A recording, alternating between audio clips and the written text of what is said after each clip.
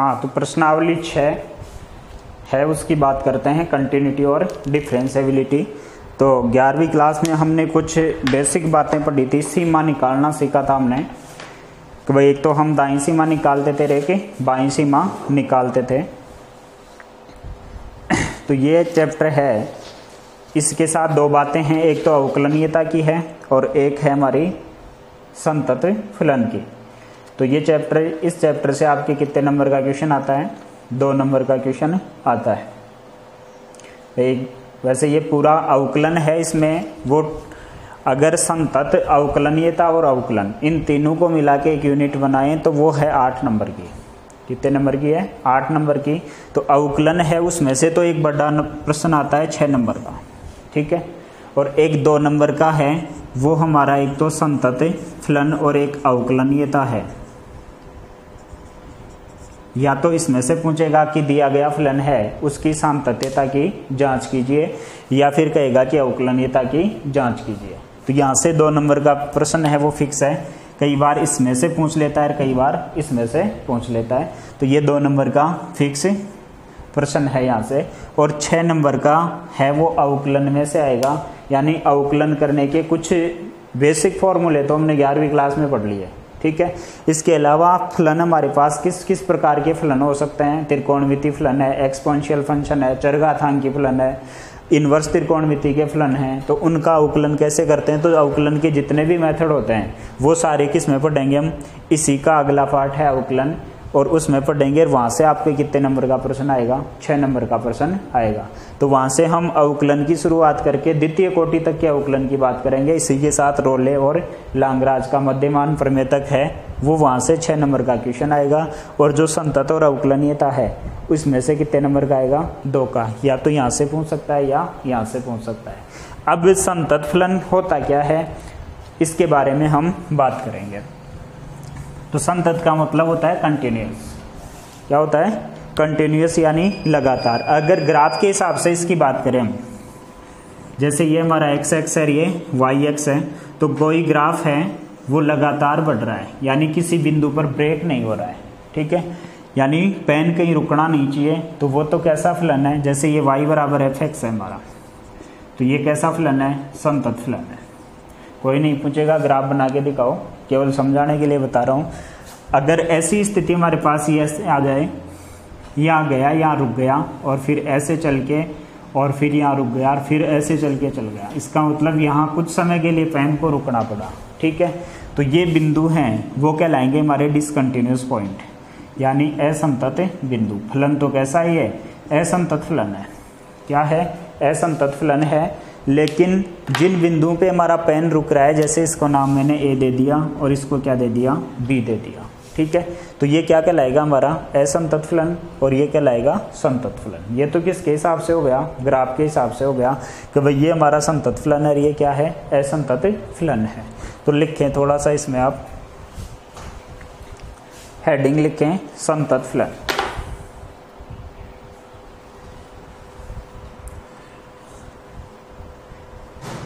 फिर इसमें लिखें यदि फलन y बराबर एफ एक्स का वक्र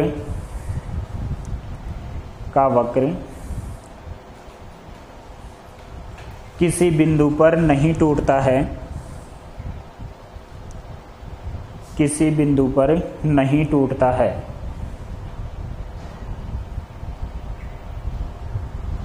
तो वह फलन संतत फलन कहलाता है। तथा वक्र जिस बिंदु पर टूटता है तो वह बिंदु असंतत बिंदु, वह बिंदु असंतत बिंदु तथा फलन असंतत फलन कहलाता है, यानी डिसकंटिन्यूअस फंक्शन कहलाएगा। अब आप ये 2 आलेख बनाएं, ये संतत फलन का है, ये असंतत फलन का है, और ए और बी हैं, इनके नीचे लिख देना आप कि ये क्या हैं? असंतत बिंदु हैं, ये भी हमारा असंतत बिंदु है और ये भी क्या है, असंतत बिंदु है। तो ये दोनों डायग्राम बनाए।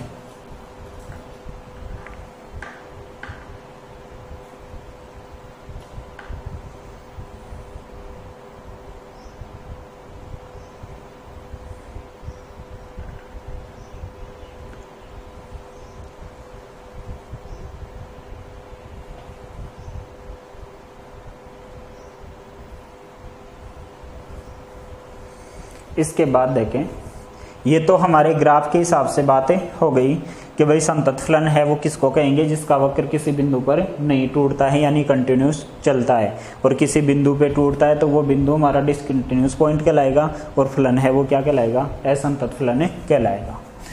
अब बात करें कि जो हमारे क्वेश्चन सॉल्व हमें करने हैं उसके बेस के हिसाब से बात करें तो संतत फलन किसको कहेंगे और असंतत फलन किसको कहेंगे। तो देखें, जैसे आपके पास कोई भी फलन है, भाई f(x) है आपके पास कोई फलन, और आपको कह रहा है कि x बराबर a पर इसको चेक करना है कि ये संतत फलन है या नहीं है।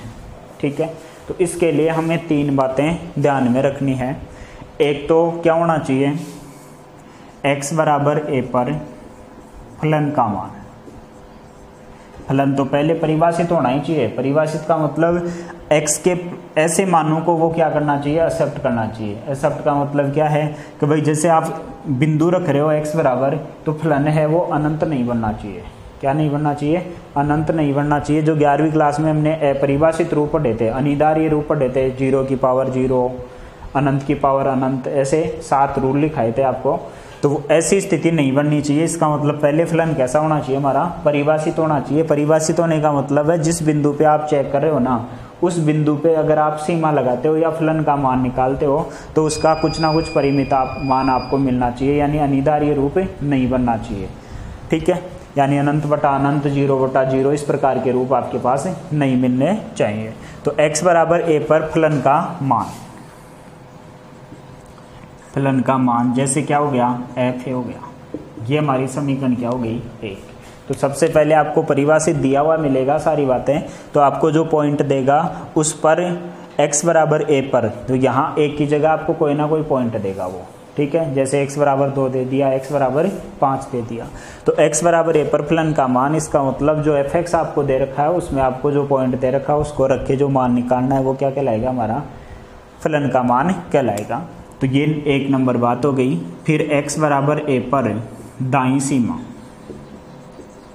दाईं सीमा, सीमा हमने 11वीं क्लास में पढ़ा है, limit h tends to 0 f a plus h।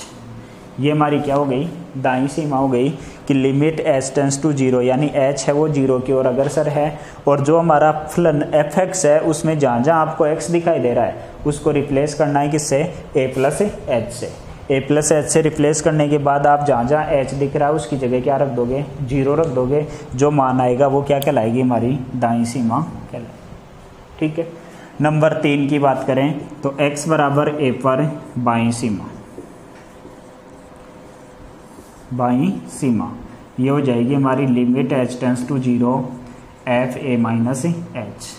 ये समीकरण क्या हो गई, 3। तो ये 3 बातें आपको किसमें क्या चेक करनी है, संतत फलन में। अगर हम ये कहें कि x बराबर a पर फलन का मान बराबर दाईं सीमा और बराबर बाईं सीमा, x बराबर a पर फलन का मान दाईं सीमा बराबर बाईं सीमा, तो फलन f(x) x बराबर a पर क्या कहलाएगा, संतत कहलाएगा। x बराबर a पर क्या है, संतत है। अगर इन तीनों में से एक भी मिस्टेक कर गया, मिस्टेक का मतलब ये और ये बराबर नहीं है, या ये और ये बराबर नहीं है, या ये और ये बराबर नहीं है, एक भी बराबर नहीं है, या इसका मतलब संतत है, उसके पहले ए लग जाएगा, असंतत है। क्या है, असंतत है। तो ये हो गया हमारा क्वेश्चन के हिसाब से बात कि भाई फलन है वो संतत कब होगा, और ये मेथड काम में लेते हैं। सारे प्रश्न इसी के बेस पे मिलेंगे। आपको बिंदु देगा, फलन देगा, कहेगा कि जांच कीजिए। भाई यहाँ से केवल 3 ही टाइप के प्रश्न बनते हैं। पहला है जांच करो, क्या जांच करो कि दिया गया फलन संतत फलन है या नहीं। इसका मतलब आपको ये प्रोसेस अपनाना है। ठीक है। नंबर 2 में कहेगा सिद्ध करो। क्या करो? सिद्ध करो कि दिया गया फलन संतत है या दिया गया फलन असंतत है। इसका मतलब 50% बार कम हो गया आप लोगों का। कैसे भाई? जांच करो, इसका मतलब इसमें तो आपसे सीमा निकालने में कहीं मिस्टेक हो सकती है, तो संतत फलन भी असंतत आ जाएगा और असंतत भी संतत आ जाएगा। इसका मतलब ये तो थोड़ा सा रिस्की काम है, यानी यहाँ तो सावधानी से काम करना पड़ेगा। पहले ही आपको ये कह दिया कि दिया गया फलन संतत है, सिद्ध करना है कि दिया गया फलन क्या है? संतत है। इसका मतलब क्या हुआ कि भाई आपको ये तो पता है कि तीनों चीजें बराबर आएगी, तो कहीं सीमा का मान गड़बड़ भी आ रहा है तो उसको आप जोड़ तोड़ के बराबर दिखा देते हो कि ये लो, ये इसकी दाईं सीमा और ये इसकी बाईं सीमा और ये फलन का मान तीनों बराबर आ गए, सेट हो गया मामला। ठीक है। तो 2 प्रश्न तो ये हो गए, जांच करो या सिद्ध करो। और तीसरा है, उसमें आपको ये कहेगा कि दिया गया फलन क्या है? दिया गया फलन क्या है? संतत है। तो के का मान ज्ञात करो। यानी पहले ये कहेगा आपको कि ये फलन है वो इस बिंदु पर क्या है? संतत है। अब फलन में आपको जो संख्यात्मक मान है ना, उसकी जगह कोई कांस्टेंट दे देगा। जैसे मैंने कांस्टेंट का नाम दिया यहाँ क्या? के। तो के का मान ज्ञात करो। ठीक है। तो ये 3 ही टाइप के प्रश्न बनते हैं इसमें से, और अवकलनीयता है उसमें भी 3 ही प्रकार के बनेंगे। या तो कहेगा जांच कीजिए कि ये फलन अवकलनीय है, या कहेगा सिद्ध कीजिए कि फलन अवकलनीय है या अवकलनीय नहीं है, और या कहेगा कि दिया गया फलन अवकलनीय है तो कांस्टेंट का मान ज्ञात कीजिए। तो 3 ही टाइप के प्रश्न बनते हैं, चौथा कोई टाइप का प्रश्न नहीं है। ठीक है। तो ये संतत की बात हमारे समझ में आ गई कि कोई भी बिंदु पर आपको फलन है उसको चेक करना है कि ये संतत है या नहीं है, या सिद्ध करना है तो आपको 3 स्टेप चलना है कि x बराबर a पर फलन का मान f है, x बराबर a पर दाईं सीमा limit h tends to 0 f a plus h, और x बराबर a पर बाईं सीमा limit h tends to 0 f a minus h। x बराबर a पर फलन का मान दाईं सीमा और बाईं सीमा बराबर हों तो फलन x बराबर a पर क्या कहलाएगा? संतत फलन होगा। तो लिखें इसको, हेडिंग लिखेंगे संतत फलन, और उसमें लिखें फलन f(x) x बराबर a पर, फलन f(x) x बराबर a पर संतत फलन कहलाता है। फलन f(x) बिंदु x बराबर a पर संतत फलन कहलाता है यदि x बराबर a पर फलन का मान, यदि x बराबर a पर फलन का मान f है, f a, ये नंबर 1 लगा के लिख देना आप। नंबर 1 x बराबर a पर फलन का मान f है। नंबर 2 में लिखो x बराबर a पर फलन की दाईं सीमा, x बराबर a पर फलन की दाईं सीमा limit h tends to 0 f a plus h।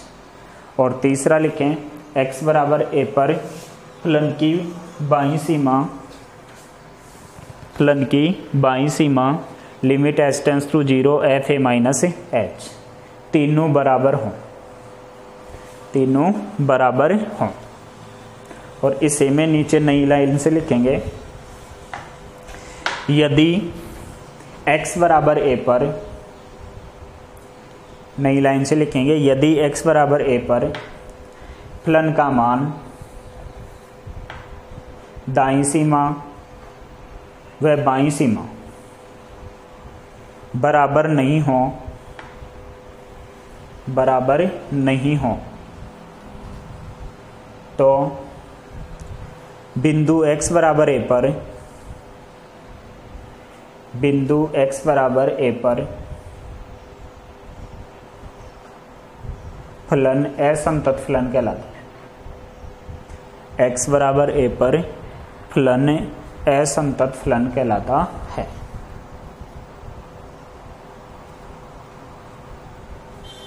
ठीक है। तो ये था हमारा संतत और असंतत फलन चेक करने का मेथड। नेक्स्ट लिखें नई लाइन से। अब ये तो कंप्लीट संतत फलन हो गया कि भाई आपको संतत फलन चेक करना है, इसका मतलब 3 बातें चेक करनी है, फलन का मान, दाईं सीमा और बाईं सीमा। ठीक है। नेक्स्ट हेडिंग लिखें, एक बिंदु पर दाईं ओर से संतत फलन। एक बिंदु पर दाईं ओर से संतत फलन। एक बिंदु पर दाईं ओर से संतत फलन। अब दाईं ओर से संतत फलन, इसका मतलब क्या है कि भाई यहां से दो बातें अगर बराबर हो जाती हैं, देखो एक तो फलन का मान और एक दाईं सीमा। अगर किसी बिंदु x बराबर a पर फलन का मान और उसकी दाईं सीमा बराबर होती है, यानी ये तो फलन का मान हो गया, यहाँ से हम ये कहते हैं कि एफ ए बराबर limit h tends to 0 f a plus h. तो हम कह देंगे कि x बराबर a पर फलन है वो कौन सी ओर से संतत है, दाईं ओर से संतत है। ऐसे ही बात आएगी हमारे पास क्या, बाईं ओर से संतत, किसी बिंदु पर बाईं ओर से संतत। इसका मतलब क्या होगा, फलन का मान अगर उसकी बाईं सीमा के बराबर आ जाए, किसके बराबर आ जाए, बाईं सीमा के बराबर आ जाए, तब फलन है वो किस ओर से संतत होगा, बाईं ओर से संतत होगा। ठीक है, तो यहाँ संतत के लिए बात करें तो तीनों कंडीशन की बात करनी है। आपको कहेगा कि x बराबर a पर दाईं ओर से संतत है, इसका मतलब केवल फलन का मान और दाईं सीमा से मतलब है। ये कहेगा कि x बराबर a पर बाईं ओर से संतत है, इसका मतलब फलन का मान और बाईं सीमा के मान से में मतलब है। ठीक है, तो हेडिंग लिखा आपने कि भाई एक बिंदु पर दाईं ओर से संतत फलन। तो इसमें लिखें, यदि फलन f(x), यदि फलन f(x) बिंदु x बराबर a पर, बिंदु x बराबर a पर दाईं ओर से संतत कहलाता है, दाईं ओर से संतत कहलाता है। यदि x बराबर a पर फलन का मान f है, x बराबर a पर फलन का मान f है तथा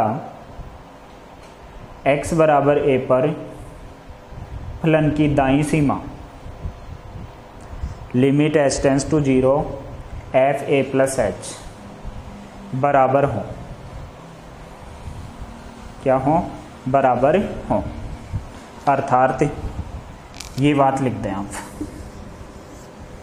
अर्थात एफ ए बराबर limit h tends to 0 f a plus h, तब क्या कहलाएगा, ये दाईं ओर से संतत फलन कहलाएगा। नेक्स्ट हेडिंग लिखें, एक बिंदु पर बाईं ओर से संतत फलन। एक बिंदु पर बाईं ओर से संतत फलन, तो इसकी डेफिनेशन भी सेम हो गई। तो लिखें, फलन f(x)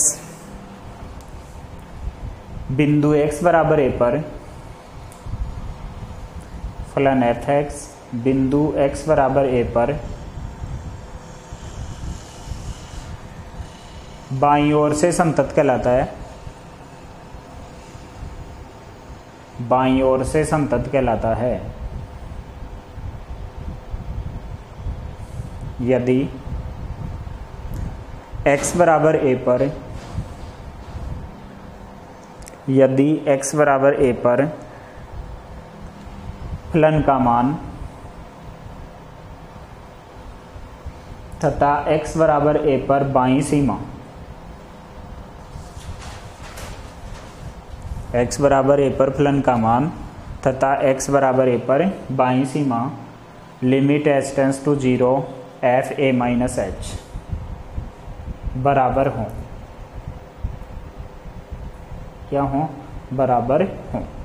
अर्थात ये बात लिख देंगे, एफ ए बराबर limit h tends to 0 f a minus H.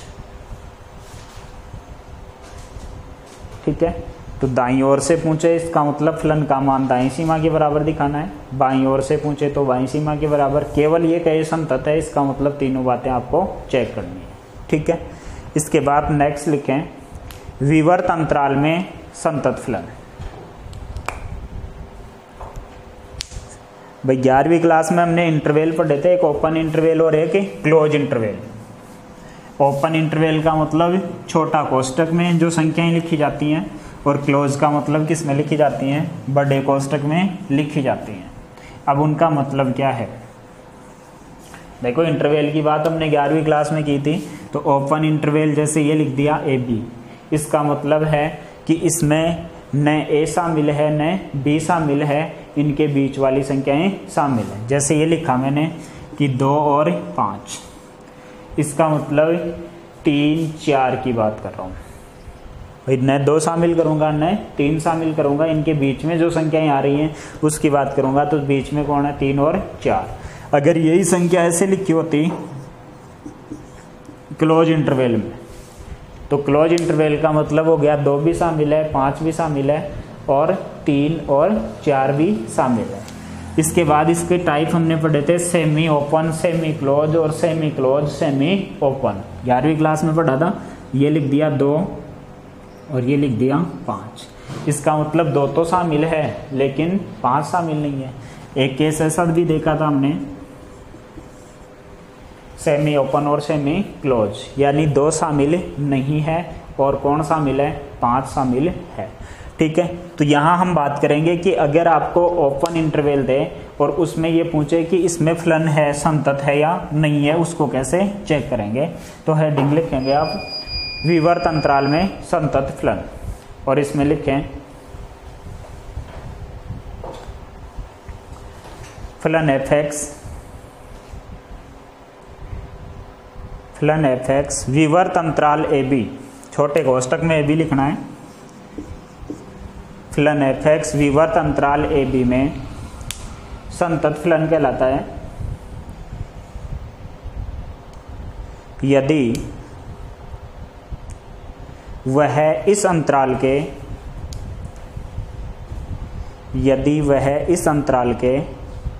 प्रत्येक बिंदु पर संतत हो। यदि वह इस अंतराल के प्रत्येक बिंदु पर संतत हो।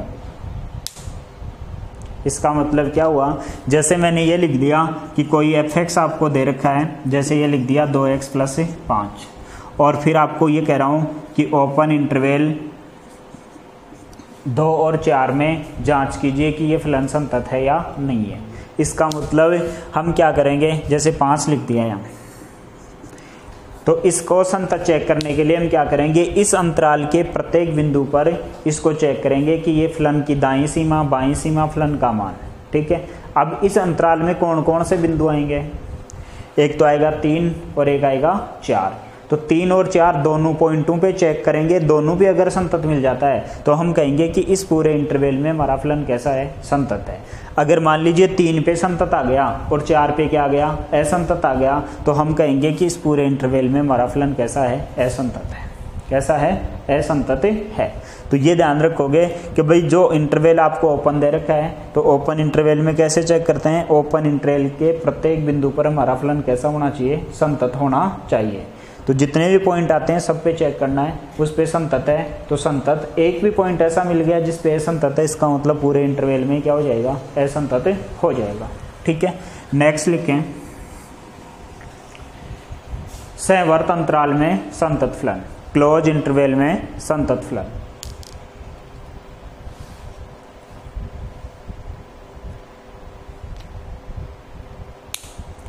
अब क्लोज इंटरवल में देखो क्या शामिल हो गया, कोने वाले पॉइंट शामिल हो गए।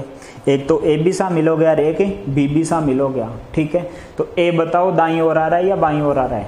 अरे जैसे ऐसे लिखा मैंने क्लोज इंटरवल ए और बी, तो ए है वो दाईं ओर आ रहा है या बाईं ओर आ रहा है, दाईं ओर आ रहा है, और ये बाईं ओर आ रहा है। इसका मतलब हमारा फलन एफ एक्स है वो क्लोज इंटरवल ए बी में संतत होगा। कब होगा, अगर ओपन इंटरवल ए बी में संतत हो। किस में हो, ओपन इंटरवल ए बी में संतत हो। ए पर दाईं ओर से संतत हो और बी पर बाईं ओर से संतत हो। तो ये 3 बातें अगर संतुष्ट होती हैं तो हम कहेंगे कि हमारा फलन है वो क्लोज इंटरवल ए बी में क्या है, संतत है। अब ए पर दाईं ओर से संतत होने का मतलब क्या हुआ कि ए बिंदु पर फलन का मान और उसकी दाईं सीमा क्या होनी चाहिए, बराबर होनी चाहिए। और बी पर बाईं ओर से संतत होने का मतलब फलन का मान बी बिंदु पर और इसकी बाईं सीमा क्या होनी चाहिए, बराबर होनी चाहिए। ठीक है, तो क्लोज इंटरवल में कोई भी फलन संतत है उसके लिए तीन बातें हो गई। एक तो ओपन इंटरवल ए बी में क्या होना चाहिए, संतत होना चाहिए। ए पर दाईं ओर से संतत होना चाहिए, दाईं ओर से संतत की परिभाषा लिखा चुका हूँ। और बी पर क्या होना चाहिए, बाईं ओर से संतत होना चाहिए। तो हम कहेंगे कि क्लोज इंटरवल ए बी में हमारा फलन कैसा है, संतत फलन है। तो लिखें नेक्स्ट, लिखिए फलन एफ एक्स सहवर्त अंतराल ए बी में, सहवर्त अंतराल और फिर बड़े कोष्टक में ए बी लिखोगे, ए बी में संतत फलन कहलाता है यदि नंबर 1 लगा के लिखें, बिंदु ए पर दाईं ओर से संतत हो, बिंदु ए पर दाईं ओर से संतत हो। अब दाईं ओर से संतत का मतलब समझते हो आप लोग। फिर दूसरा पॉइंट लिखें, बिंदु बी पर, बिंदु बी पर बाईं ओर से संतत हो।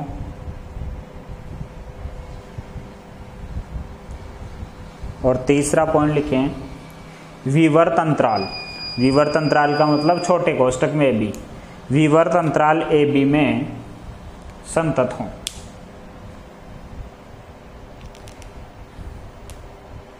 विवर्त अंतराल ए बी में क्या हो, संतत हो। तो वो क्या कहलाएगा, क्लोज इंटरवल में संतत कहलाएगा। तो ये संतत के टाइप थे वो सारे आ गए। हमने पहले बात की ग्राफ के हिसाब से, इसके बाद बात की हमने संतत फलन की जो रियल कंडीशन है उसमें फलन का मान दाईं सीमा और बाईं सीमा। दाईं ओर से संतत इसका मतलब फलन का मान और दाईं सीमा बराबर होनी चाहिए, बाईं ओर से संतत इसका मतलब बाईं सीमा और फलन का मान बराबर होना चाहिए। फिर इंटरवल की बात की तो विवर्त अंतराल में संतत कब होगा, विवर्त अंतराल के प्रत्येक बिंदु पर संतत हो। क्लोज इंटरवल में संतत कब होगा, ए पर दाईं ओर से, बी पर बाईं ओर से, और विवर्त अंतराल ए बी में क्या होना चाहिए, संतत होना चाहिए। इसके बाद लिखिए संतत फलन के गुणधर्म, संतत फलन के गुणधर्म।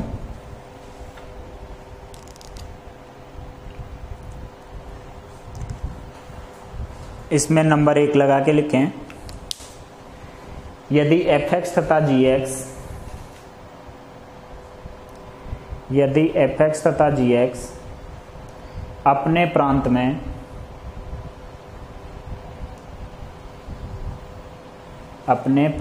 प्रांत क्या होता है, जैसे एफ एक्स है ना, उसमें जो एक्स की वैल्यू हम रखते हैं और उसको वो फलन ग्रहण कर लेता है तो वो उसका क्या कहलाता है, प्रांत। और परिसर 11वीं क्लास में पढ़े थे, अरे y बराबर एफ एक्स होता है तो x का मान रखते हैं, वो प्रांत होता है। जो प्राप्त होता है वो क्या होता है, परिसर होता है।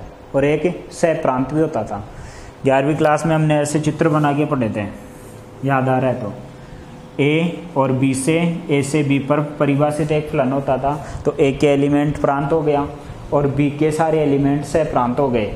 और परिसर कौन होगा, ए के जिन एलिमेंटों की इमेज है वो किसके साथ है, बी के एलिमेंटों के साथ है, तो वो क्या कहलाएंगे, उसके परिसर कहलाएगा। तो ये कह रहा है कि एफ एक्स और जी एक्स है वो अपने प्रांत में क्या है, दो संतत फलन हैं। तब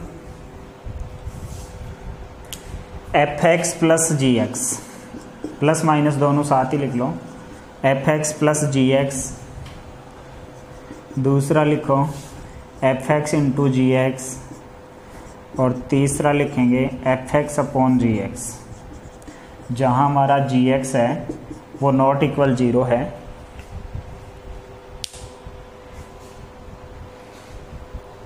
भी संतत फलन होंगे। यानी दो संतत फलन हैं तो उनके जोड़, बाकी, गुणा और भाग वो भी क्या होते हैं, संतत होते हैं।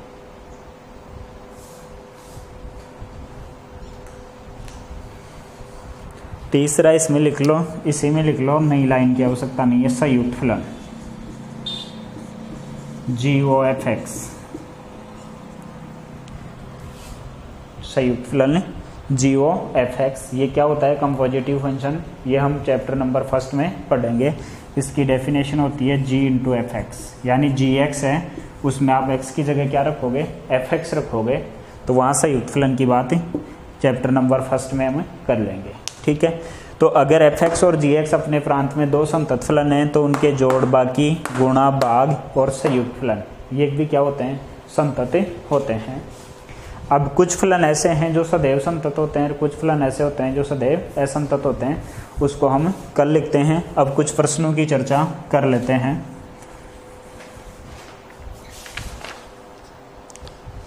एक तो देखो मापांक फलन है ना, वो आपको खोलना आना चाहिए भाई। मापांक फलन हमने 11वीं क्लास में पढ़ा था। तो जैसे आपको यही प्रश्न दे देता हूं मैं, ये दे दिया आपको कि f(x) है और ये कह रहा है कि x का मॉड जांच कीजिए कि x बराबर 0 पर समतत है। क्या करना आपको, इसको चेक करना है कि ये x बराबर 0 पर समतत है या नहीं है, इसकी जांच आपको करनी है। ठीक है, तो मापांक फलन आपको खोलना आना चाहिए।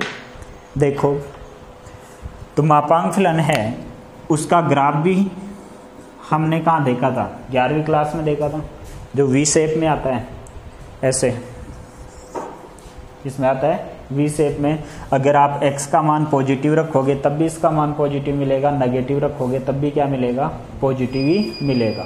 ठीक है, तो ये कहता है कि x का मापांक है, उसकी डेफिनेशन अगर हम खोलेंगे तो ये कह रहा है कि अगर x का मान है वो 0 से छोटा है तब तो ये किसके रूप में होता है, -x के रूप में, और x का मान ग्रेटर देन इक्वल 0 होता है तब इसका मान क्या होता है, +x होता है।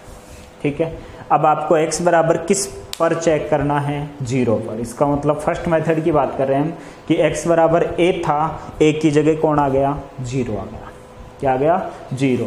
तो हम क्या करेंगे, इसकी समततता की जांच करेंगे। तो यहाँ लिखेंगे x बराबर 0 पर फलन का मान, फलन का मान कौन, f0, और f0 देखो इक्वल का चिन्ह इसके साथ है, तो फलन कौन सा आएगा, x आएगा, और x में क्या रखेंगे, x की जगह 0 रखेंगे, फलन का मान कितना आ गया, 0। इसके बाद बात करें हम x बराबर 0 पर दाईं सीमा, दाईं सीमा, दाईं सीमा क्या होती है, लिमिट h टेंड्स टू 0 और ये 0 + h। पहले a + h लिखते थे, अब a की जगह कौन है हमारे पास, 0 है। इसका मतलब यहाँ देखो फलन का चुनाव करना भी काफ़ी इम्पोर्टेंस रखता है। 0 + h, इसका मतलब क्या ये 0 है क्या भाई, 0 से कुछ ज़्यादा है। 0 में कोई भी संख्या है उसमें जुड़ रहा है, इसका मतलब ज़्यादा है, घट रहा है इसका मतलब उससे क्या हो जाएगा, कम हो जाएगा। तो 0 + h इसका मतलब x का मान है ना हमारे पास, वो क्या है, 0 से बड़ा है। तो इसमें देखो आपके पास x का मान है वो 0 से बड़ा, कौन से केस में दर्शा रहा है, इसमें दर्शा रहा है या इसमें दर्शा रहा है, इसमें दर्शा रहा है। x है उसका मान बड़ा है किससे, 0 से। इसका मतलब वापस से फलन का मान कौन सा आएगा, यही आएगा।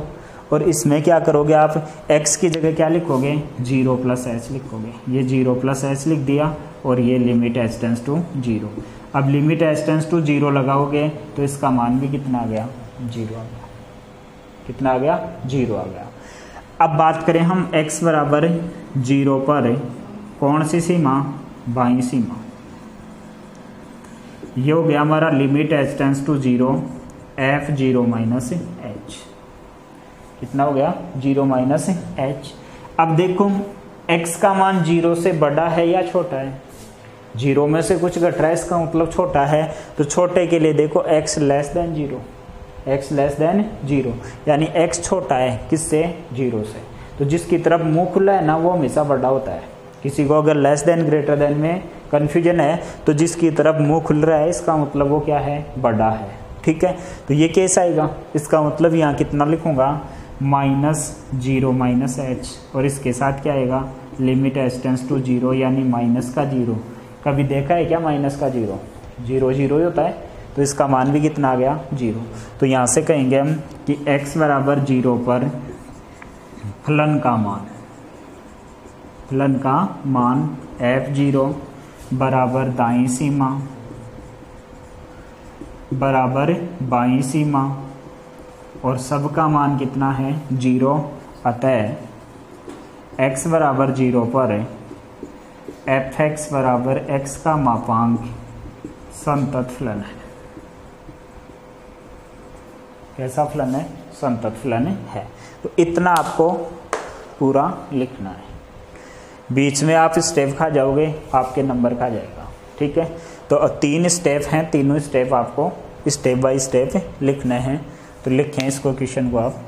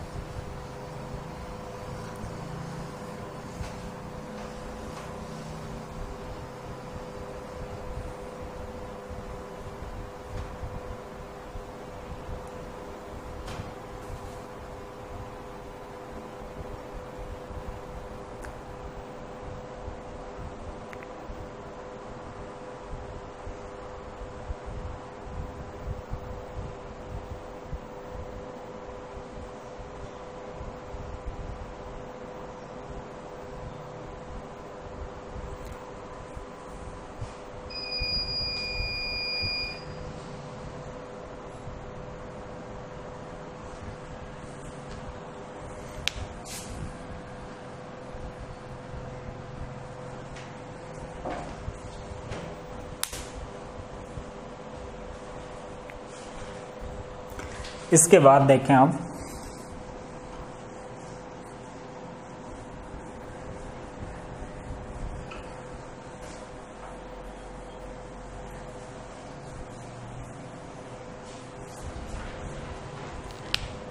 आपका एग्जाम्पल फर्स्ट है। आपको कह रहा है कि फलन f(x) है, उसके बराबर दे रखा है x माइनस एक्स का मापांक, और बट्टे में कितना है, x है। कब? जब आपका x नॉट इक्वल 0, यानी x 0 के बराबर नहीं है, और x बराबर 0 है, तब फलन का मान कितना है, 1 है। तो जांच करना है आपको कि x बराबर 0 पर दिया गया फलन संतत है या नहीं है। x बराबर 0 पर इसकी क्या करनी है, जांच करनी है। तो जब भी आपको मापांक फलन दिखे, इसका मतलब पहले उसको फ्री कर लेंगे। तो मापांक फलन यहाँ देखो, इसकी डेफिनेशन लिख लेंगे पहले कि माइनस एक्स लिखेंगे जब x लेस देन 0 है और x ग्रेटर देन इक्वल 0 है, उस केस में इसका मान क्या होता है, प्लस x होता है। अब x नॉट इक्वल 0 आपको दे रखा है कि x का मान 0 के बराबर नहीं है। इसका मतलब 2 स्थितियां हमारे पास जनरेट होती हैं कि या तो x का मान 0 के बराबर नहीं है, इसका मतलब या तो बड़ा है या छोटा है। 2 ही केस निकल के आते हैं। आपको ये कह रहा है कि x का मान 0 नहीं है, 0 नहीं है, इसका मतलब या तो 0 से छोटा होगा या फिर क्या होगा, 0 से बड़ा होगा।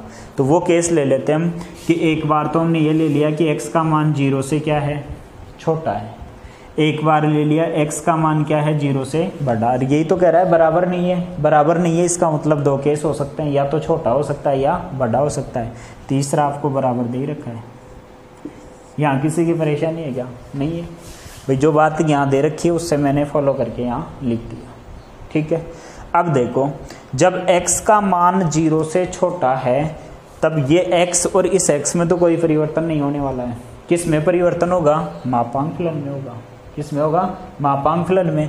अब मापांक फलन में आपको दे रखा है कि जब x का मान 0 से छोटा है तब आप जो x का मापांक है उसकी जगह क्या रखोगे, माइनस x रखोगे। रख दो, ये x ऐसे कैसे, ये माइनस चिन्ह ऐसे कैसे, और जो x का मापांक है उसकी जगह क्या रख दिया हमने, माइनस x, और बट्टे में क्या है, x लिख दिया। ठीक है, दूसरा केस ये कह रहा है कि x का मान 0 से बड़ा है। x का मान क्या है, 0 से बड़ा है। देखो ये रहा, x का मान 0 से बड़ा है, तब आपको जो ये मापांक फलन है उसकी जगह क्या रखना है, प्लस का x रखना है। तो यहाँ ये x तो ऐसे कैसे, ये माइनस का चिन्ह भी ऐसे कैसे, और इसकी जगह क्या लिखना आपको, केवल प्लस का x लिखना है। तो ये प्लस का x लिखा और बट्टा कितना, x, और x बराबर 0 पर आपको सीधा मान दे रखा है, कोई परेशानी नहीं है क्या। ये हमारा क्या तैयार हो गया, f(x) तैयार हो गया। अब देखो इसको सोल्व कर दूं, ये f(x) हो गया हमारा क्या, माइनस माइनस क्या हो गया, ये प्लस हो गया। प्लस का x और प्लस का x कितना हो गया 2x हो गया, और 2x में x का भाग दोगे x से x कट जाएगा, कितना आएगा 2। कब? जब x का मान 0 से छोटा है। ठीक है, दूसरे केस में ये हो गया 0, और 0 में किसी संख्या का भाग दे लो, क्या होता है 0। कब? जब x ग्रेटर देन 0 और x बराबर 0 है, तब इसका मान क्या है 1। ये हमारा फलन तैयार हो गया। तो सबसे पहले आपको अगर मापांक फलन दिखाई देता है तो उसको सोल्व करके सिंपल फलन बनाएंगे। अब क्या करेंगे, x बराबर 0 पर इसकी जांच करेंगे। तो लिख दो यहाँ x बराबर 0 पर फलन का मान, सीधा दिख रहा है फलन का मान f0, x बराबर 0 पर ये दिख रहा कितना 1, ये लो 1। फिर x बराबर 0 पर दाईं सीमा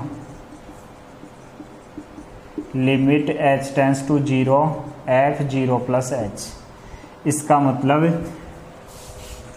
x का मान है वो किससे बड़ा है 0 से बड़ा है, ये रहा 0 से बड़ा, तब फलन का मान कितना है दिख रहा है 0, ये लो इसका मान कितना आ गया 0। फिर x बराबर 0 पर बाईं सीमा limit h tends to 0 f0 minus h, तब इसका मान कितना है 2। तो यहाँ से हम देख रहे हैं कि f0 is not equal limit h tends to 0 f0 plus h is not equal limit h tends to 0 f0 minus h।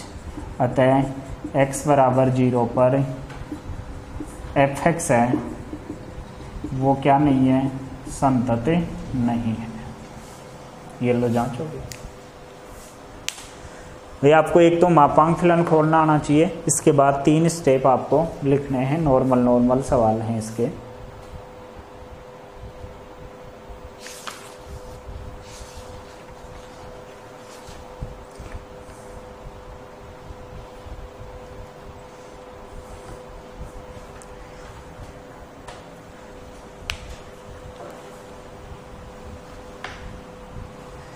इसके बाद देखें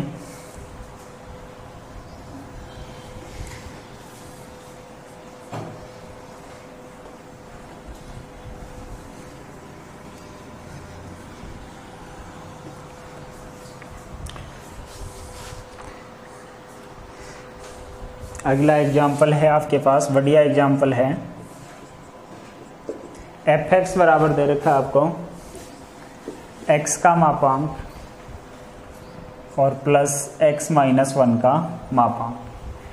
फिर कह रहा है कि x बराबर 0 और x बराबर 1 पर क्या करना है, जांच करनी है। अगर ये बिंदु नहीं देता तब भी हम ये लिखते हैं कि भाई हाँ इसका मान क्या हो सकता है, कौन से बिंदु पे निकलता 0 और 1 पर। कैसे पता लगता, जो फलन दे रखा है उसको अलग अलग 0 के बराबर रखो। तो यहाँ से x को 0 के बराबर रखेंगे, x बराबर 0 हो गया। यहाँ x माइनस 1 को 0 के बराबर रखेंगे, कितना आ जाएगा 1 आ जाएगा। तो बिंदु आपको दे रखा है तब भी ठीक है, नहीं दे रखा है तो यहाँ से बिंदु निकाल लेते। अब देखो फलन किस में, ये मापांक फलन के रूप में है। किसके रूप में है, मापांक फलन के रूप में है। तो पहले क्या करेंगे, इसको मापांक फलन को खोलेंगे। अब देखो मापांक फलन को खोलना है वो इम्पोर्टेंट है। जिसको मापांक फलन खोलना आ गया इसका मतलब कंटिन्यूटी और डिफरेंशिएबिलिटी दोनों में आएंगे ऐसे प्रश्न। भाई संतत पढ़ रहे हैं उसमें भी यही प्रश्न, और इसी प्रश्न को वो ऐसे पूछ ले x बराबर 0 और x बराबर 1 पर अवकलनीयता की जांच करो। तो जिसको खोलना ही नहीं आता उसको संतत और अवकलनीयता दोनों ही नहीं आएंगे। ठीक है, तो इस फलन को खोलते कैसे हैं वो देखो। तो सबसे पहले तो आपको पॉइंट यहाँ से निकालने हैं, x बराबर 0 और x माइनस 1 बराबर 0। तो यहाँ से तो हमारे पास 0 आ गया और यहाँ से कितना आ गया 1 आ गया। अब सबसे पहले आपको ये लिखना है x लेस देन इक्वल कितना 0, यानी जो छोटा पॉइंट है उसको क्या लिखना है x और लेस देन इक्वल छोटा पॉइंट। छोटा पॉइंट का मतलब आपके पास यहाँ अब तो आपको 0 और 1 दिखाई दे रहा है, आगे प्रश्न आएंगे उसमें आपके पास x के मान इस प्रकार के आ सकते हैं, 1 2 3 आ सकता है, 4 5 6 आ सकता है। तो ये आ गई, तो इसमें छोटा कौन है 1 है ना, तब यहाँ हमारी कंडीशन क्या हो जाती 1 हो जाती, 0 की जगह कितना हो जाता 1 हो जाता। अब यहाँ देखो सबसे छोटा पॉइंट है उसको ऐसे कैसे लिख दिया, हमेशा उसको किसके साथ लिखना है x लेस देन इक्वल छोटा पॉइंट है उसको लिखना है। दूसरी स्टेप में आपको 0 लेस देन x और लेस देन अगला पॉइंट क्या लिखना है, नेक्स्ट पॉइंट।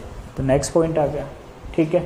इसके बाद अगर इससे भी आगे पॉइंट है आपके पास, अगर इससे आगे पॉइंट जैसे 2 था तो यहाँ किसका चिन्ह लगाते आप, बराबर का चिन्ह लगाते, लेकिन आगे पॉइंट है ही नहीं, खत्म हो गया। और लास्ट में क्या आ जाएगा, x greater than equal 1, x greater than equal 1। तो सबसे पहले आपको x लेस देन इक्वल छोटा पॉइंट, फिर ये पॉइंट ऐसे कि ऐसे लेस देन x और फिर लेस देन अगला पॉइंट, ठीक है। अगर इससे भी आगे पॉइंट है तो यहाँ बराबर का चिन्ह लगेगा, ठीक है। जैसे मान लीजिए यहाँ आपके पास अगला पॉइंट 2 और है तो यहाँ क्या लग जाएगा, बराबर का चिन्ह लग जाएगा। फिर यहाँ कितना हो गया, 1 लेस देन x और फिर लेस देन कितना आ गया 2, ठीक है। और लास्ट में क्या आ जाता, x ग्रेटर देन 2 आ जाता, ठीक है। लेकिन ऐसा है नहीं, इसका मतलब ये स्थिति हमारे पास जनरेट हो गई, x क्या हो गया, ग्रेटर देन इक्वल 1। अब देखो इसके हिसाब से इनके मान क्या आएंगे, ठीक है। अब इनका मापांक हट गया, ये मान लो हमें केवल x लेस देन इक्वल 0, यानी x का मान है वो 0 से छोटा, x का मान 0 से छोटा। तो 0 से छोटा है वो कितना भी रख के देख सकते हो आप। तो क्या करो, इसमें आप 0 से छोटी वैल्यू रखोगे x में। अब मापांक नहीं है, मापांक को भूल जाओ, नहीं है।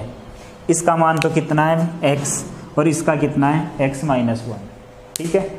अब इसमें देखो x का मान 0 से छोटा रखूंगा तो इसका मान पॉजिटिव आएगा या नेगेटिव, छोटा रखूंगा नेगेटिव आएगा, इसका मतलब ये तो आएगा नेगेटिव आ गया।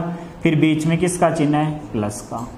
दूसरे वाले में अगर आप x का मान 0 से छोटा रखोगे तो जैसे माइनस का आधा रख दिया या माइनस का 1 रख दिया x की जगह, तो ये भी माइनस का और ये भी माइनस का, पूरा ही किसका हो गया, माइनस का हो गया ना।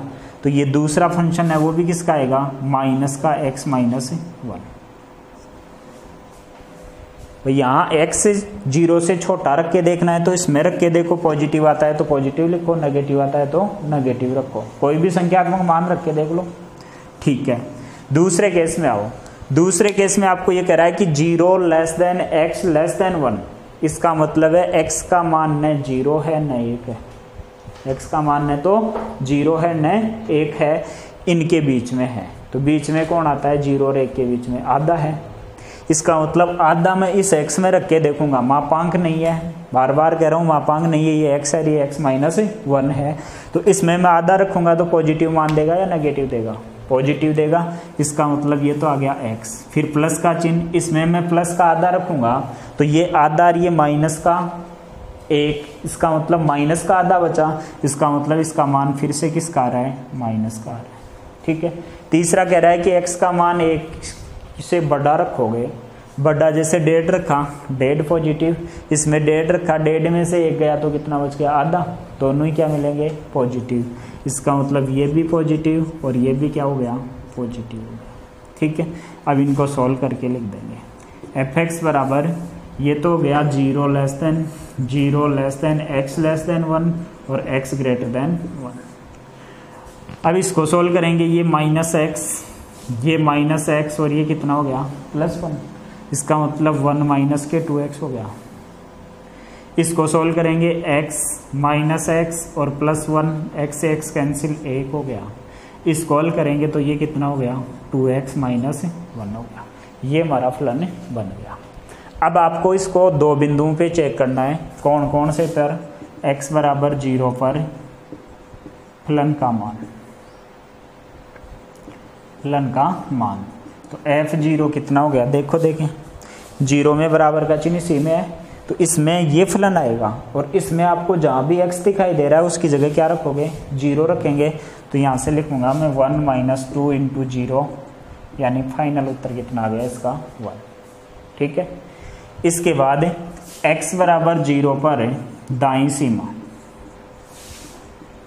सीमा limit h tends to 0 f 0 plus h।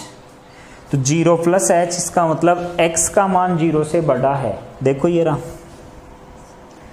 0 less than x, 0 छोटा है किससे, x से, तो बड़ा कौन हुआ, x। तो कौन सा फलन आएगा, 1, तो इसका सीधा मान आ गया कितना, 1। तीसरा है x बराबर 0 पर बाईं सीमा, तो ये हो गया हमारा limit h tends to 0 f 0 minus h।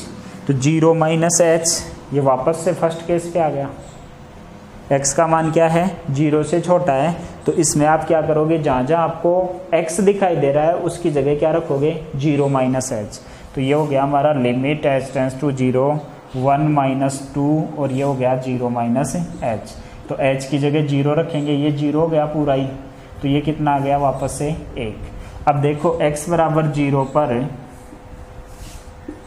फलन का मान f1 बराबर limit h tends to 0 0 plus h और बराबर limit h tends to 0 f 0 minus h बराबर कितना है 1, तीनों बराबर है। तो x बराबर 0 पर कैसा है, ये संतत है।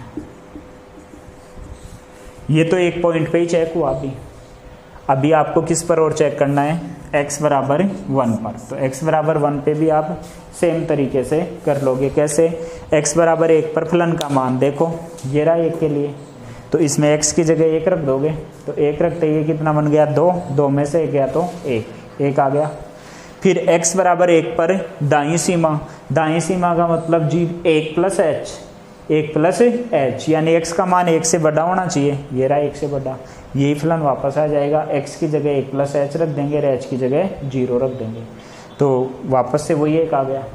ऐसे ही फिर क्या निकालेंगे, बाईं सीमा, x बराबर 0 पर बाईं सीमा, तो बाईं सीमा निकालेंगे, इसका मतलब x का मान 0 से छोटा आना, 1 से छोटा आना चाहिए, ये आ गया सीधा मान, तीनों के आ गए 1 1 ही आ गए, तो x बराबर 1 पर भी क्या हो गया, संतत फलन हो गया। ठीक है, तो ये लिखें, आपका एग्जाम्पल नंबर कितना था, ये 2 था।